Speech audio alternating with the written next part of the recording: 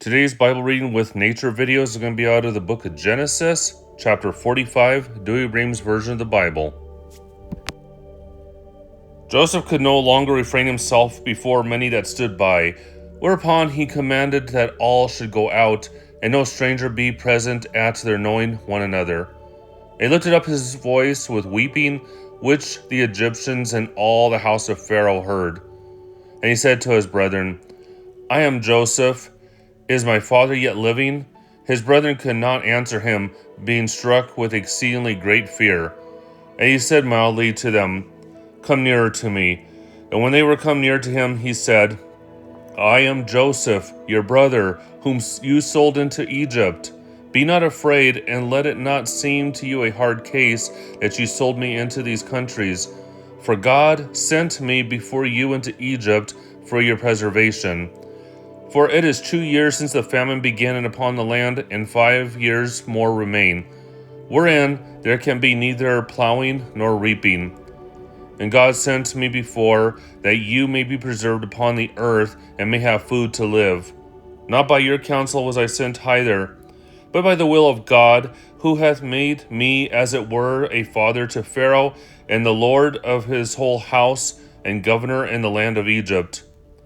Make haste, and go ye to my father, and say to him, Thus saith thy son Joseph, God hath made me Lord of the whole land of Egypt. Come down to me, linger not. And thou shalt dwell in the land of Goshen, and thou shalt be near me, thou and thy sons, and thy sons' sons, thy sheep, and thy herd, and all things thou hast.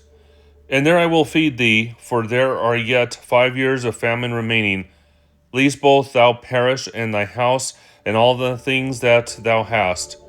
Behold, your eyes, and the eyes of my brother Benjamin, see that it is my mouth that speaketh to you. You shall tell my father of all my glory, and all the things that you have seen in Egypt. Make haste, and bring him to me. And falling upon the neck of his brother Benjamin, he embraced him and wept, and Benjamin in like manner wept also on his neck. And Joseph kissed all his brethren, and wept upon every one of them, after which they were emboldened to speak to him. And it was heard, and the fame was abroad in the king's court. The brethren of Joseph are come, and Pharaoh with all his family was glad. And he spoke to Joseph that he should give orders to his brethren, saying, Load your beasts, and go into the land of Canaan, and bring away from thence your father and kindred, and come to me, and I will give you all the good things of Egypt, that you may eat marrow of the land. Give orders also that they take wagons out of the land of Egypt for the carriage of their children and their wives, and say, Take up your father, and make haste to come with all speed, and leave nothing of your household stuff, for all the riches of Egypt shall be yours. And the sons of Israel did as they were bid, and Joseph gave them wagons according to Pharaoh's commandment, and provisions for the way. He ordered also to be brought out of every one of them 2 robes, but to Benjamin he gave 300 pieces of silver, and 5 robes of the best, sending to his father as much money and raiment, adding besides 10 he-asses to carry off all the riches of Egypt, and as many she-asses carrying wheat and bread for the journey. So he sent away his brethren, and at their departing said to them, Be not angry in the way. And they went out to Egypt, and came into the land of Canaan to their father Jacob.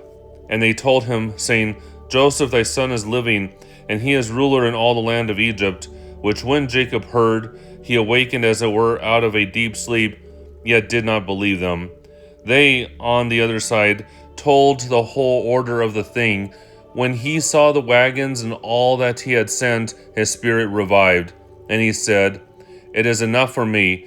If Joseph my son be yet living, I will go and see him before I die.